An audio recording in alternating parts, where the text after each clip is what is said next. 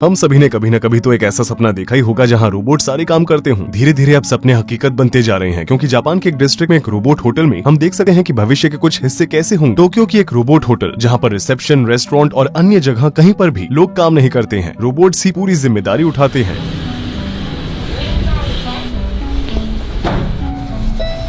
Reception में check in करने के लिए सबसे पहले हम मेल रोबोट के पास गए, जो हमारे सबसे करीब था।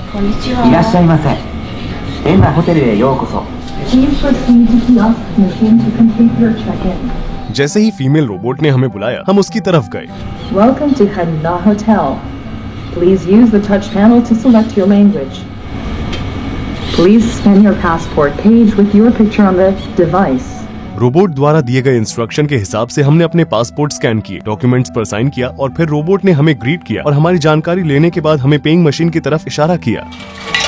हम इस मशीन के जरिए अपने आप ही भुगतान कर रहे हैं, इसमें कोई भी इंसान शामिल नहीं है। जापानी कल्चर में झुककर ग्रीट करना बहुत ही आम बात है। आखिरी बार एक दूसरे को ग्रीट करने के बाद हम रिसेप्शन से चले गए। देखो वहाँ पर कुछ है।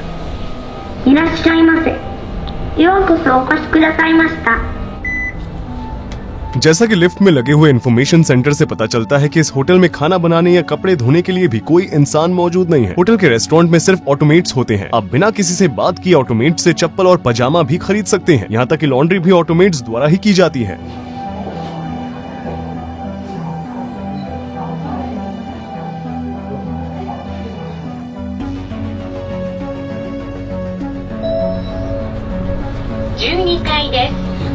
फेस रिकॉग्निशन की मदद से कमरे का दरवाजा अपने आप ही खुलता है। कमरे के अंदर जाते ही टेलीविजन अपने आप ही चालू हो गया और एसी भी अपने आप चालू हो गया। यहाँ एक कैबिनेट है, वो क्या है?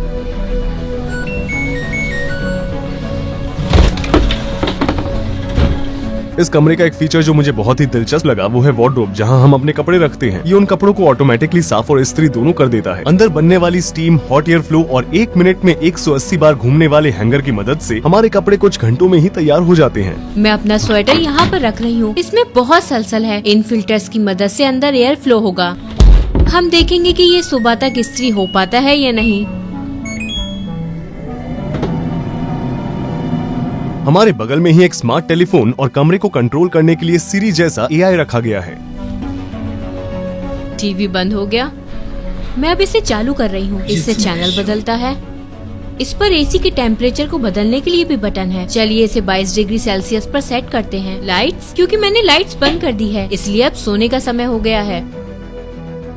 अगले दिन रोबोट्स ने खिड़कियों और फर्श को साफ किया और हमने ये भी जाना कि रोबोट सामान भी उठाते हैं।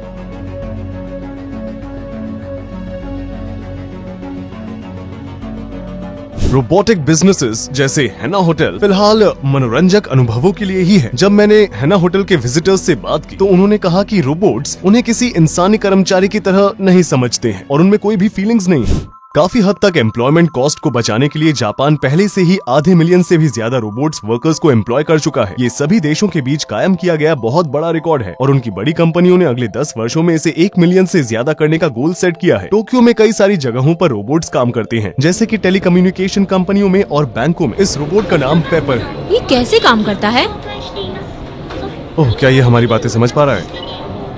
जैसे लोग इसके साथ बर्ताव करते हैं, ये भी ठीक उसी तरह उनके साथ बर्ताव करता है। इसलिए अगर आप उसके सामने गुस्से में आएंगे तो वो भी आपके साथ गुस्से से ही बर्ताव करेगा। जब वो पहली बार किसी से मिलता है तो वो शर्माता है और अनकंफर्टेबल हो जाता है, लेकिन कुछ समय बाद उसकी भावनाओं में बदलाव उस व्यक्ति के बर्ताव के अनुसार अच्छे या बुरे रूप में देखा जा सकता है। जब बाकी लोग डिजाइन कर रहे थे कि हमारा भविष्य कैसा दिख सकता है, तब तक जापान उन सब से आगे भी निकल चुका था। इसलिए हमने टोक्यो में एक रोबोट फेयर में हिस्सा लिया, ताकि हम आपको दिखा सकें कि कैसे कुछ कामों को सिर्फ रोबोट्स ही संभालेंगे।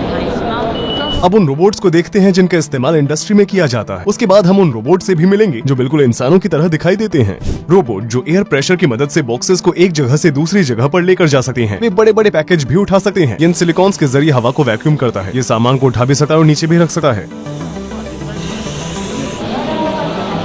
ये सच में बहुत भारी है। लोग रोबोटिक आर्म्स की मदद से ऐसे काम भी कर सकते हैं जो करने के लिए उनमें पर्याप्त शक्ति नहीं है।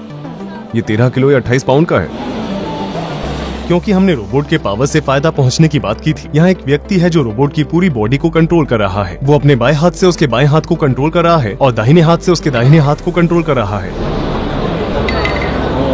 ऐसे रोबोटिक आर्म्स भी हैं जो कैरी करने वाले बैंड पर भी कैप लगाते हैं। रोबोटिक आर्म्स जो बहुत ज्यादा टैलेंटेड हैं और इंसानी हाथों की तुलना में तेजी से काम करते हैं। ये उन सभी को एक ही ऑर्डर में रख रहा है। देखिए कितना कम गैप है, बिल्कुल ना के बराबर। ये इस बात का एक और सबूत है कि वे कितने परफेक्ट और फास्ट हैं। ये एक सिस्टमैटिक टीम वर्क की तरह, जहाँ एक रोबोट छोटे सफेद बॉक्स को बैंड पर रखता है, वहीं दूसरा उन्हें एक बड़े बॉक्स में रखता है और भरे हुए बड़े बॉक्सेस को उनकी सही जगह पर लेकर जाता है। 特徴を生かして人と同じ道具や周辺装置をそのまま利用する अच्छा, तो बड़ा बॉक्स आता कहाँ से है? पीछे मौजूद एक रोबोट बॉक्स बनाता है और उन्हें बैंड की मदद से दूसरे रोबोट तक पहुँचाता है। 以来10年 वे बिना थके काम कर रहे हैं। उनमें से कई तो इंसानों से भी ज्यादा तेज काम करते हैं।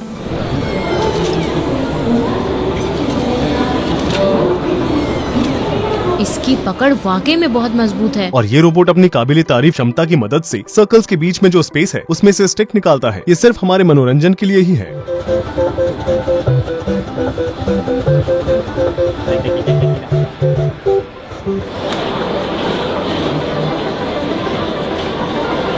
एक ऐसा रोबोट जो हेल्थ सेक्टर में काम करने के भी काबिल है।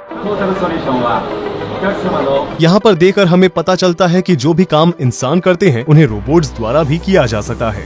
ये वे रोबोट थे जिनका इस्तेमाल इंडस्ट्री में किया जाता है। क्या मैकेनिकल इंटेलिजेंस के भी कुछ उदाहरण हैं जिन्होंने मनुष्य की तरह समझ हासिल कर ली है? इसी बात का जवाब ढूंढने हम सबसे बड़े साइटेक म्यूजियम मिराइकन गए। रास्ते में हम बेशक एक रोबोट कैफे में रुके। यहाँ कोई भी इंसान नहीं है जो कॉफी सर्व करता हो।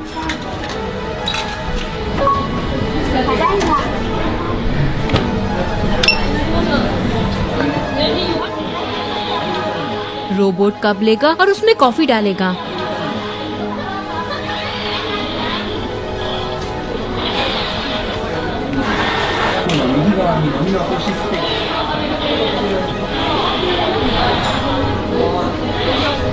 कैफे के पास रोबोटिक डॉग्स भी थे। His name Ivo. A stroke head and two and back. So happy. क्या मैं इसे पकड़ सकती हूँ? Oh, okay, oh, okay. So cute. मिराइकन की एग्जीबिशन दर्शाती है कि भविष्य में इंसान रोबोट्स के साथ कैसे इंटरेक्ट करेंगे। एक बहुत ही बड़ा world model, robot butterflies, robot ecosystem, अपने आर्टिफिशियल लिम्स और सिलिकॉन के स्किन्स के साथ बिल्कुल एक मनुष्य की तरह। ये रोबोट्स एक मशीन और एक मनुष्य के बीच की समानता दर्शाते हैं। जब वो इस रोबोट से मिलता है तो उसे ऐसा ही महसूस होता है जैसे वो कमरे में एक इंसान के साथ बैठा हो और एक इंसान को देख रहा हो। ये एक एलिनॉइड है, ये एक छोटे मनुष्य के बच्चे की तरह। इसका मकसद रोबोट और इंसानों के बीच बातचीत को बेहतर बनाना है। अन्य बेबी रोबोट्स कुछ इस तरह दिखाई देते हैं। सिलिकॉन की स्किन के नीचे रोबोट का असली शरीर इस तरह दिखाई देता है।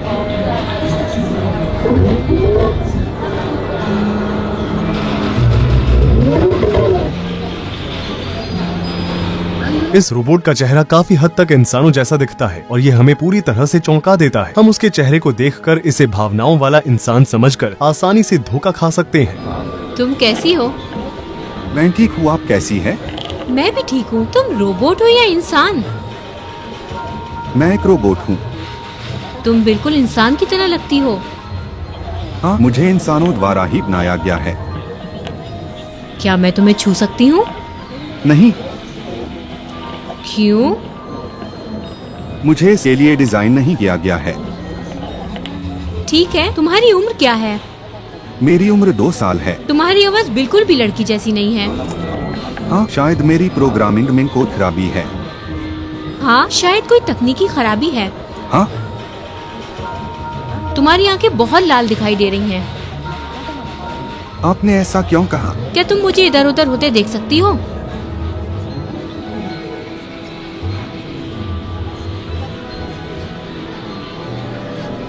तुम बिल्कुल इंसानों की तरह हो। तुम किस देश से हो? जापान। क्या तुम्हें अजीब नहीं लगता कि लोग हर रोज तुम्हें यहाँ देखने आते हैं? नहीं, मुझे अजीब नहीं लगा, बल्कि मुझे खुशी मिलती है। तुम सारा दिन यहीं बैठकर लोगों से बातें करती हो? हाँ, मैं पूरे दिन यहीं रहती हूँ और लोगों से बातें करती हूँ। इस सिस्टम को ऑटो न्यूरॉइड कहा जाता है। आप सोच सकते हैं कि ये लड़की एक समझ वाले रोबोट से बात कर रही थी, लेकिन बातचीत शुरू होने से पहले मैंने कंट्रोल रूम में प्रवेश किया और रोबोट के मुंह की नकल, गर्दन की हरकत और आवाज सहित हर चीज को दूर से ही कंट्रोल किया। मैं अपनी गर्दन को बाएं से दाएं घुमाने जा रहा हूँ। ये रहा हमारा कैमरामैन दोस्त। हेलो। इसका नाम पारो है, एक रोबोटिक एलिफेंट सील जिसका इस्तेमाल ऑटिज्म से पीड़ित व्यक्तियों के इलाज के लिए किया जाता है।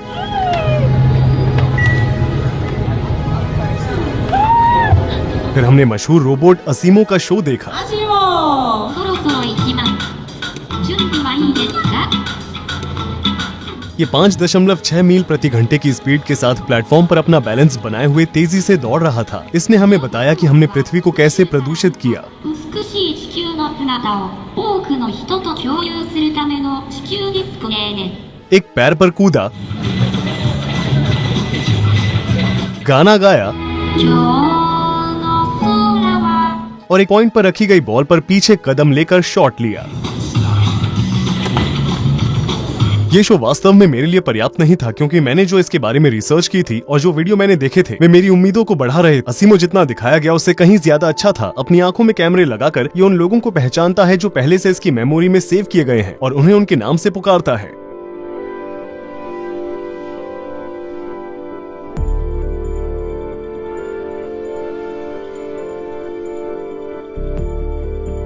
जब कोई भी उससे बात करता है तो वो उस व्यक्ति की तरफ मुड़ता है और कम शब्दों में बात करता है। जब उसके सामने कोई बाधा या कोई व्यक्ति आता है तो वो अपनी दिशा बदल देता है। जब कोई उसके साथ हाथ मिलाता है तो वो भी हाथ मिलाता है। वो एकदम सही ढंग से अपनी उंगलियों और हाथों का इस्तेमाल करता है। शो खत्म हो जाने के बाद और लोगों के चले जाने के बाद हमने देखा कि अटेंडेंट्स ब्लैक स्पॉट्स को कवर कर रहे थे। असीमो की हर चाल को पहले से ही प्रोग्राम किया गया था। रोबोट अपने आप ही नहीं चल रहा था। उसके बाद हम वापस रोबोट होटल आ गए।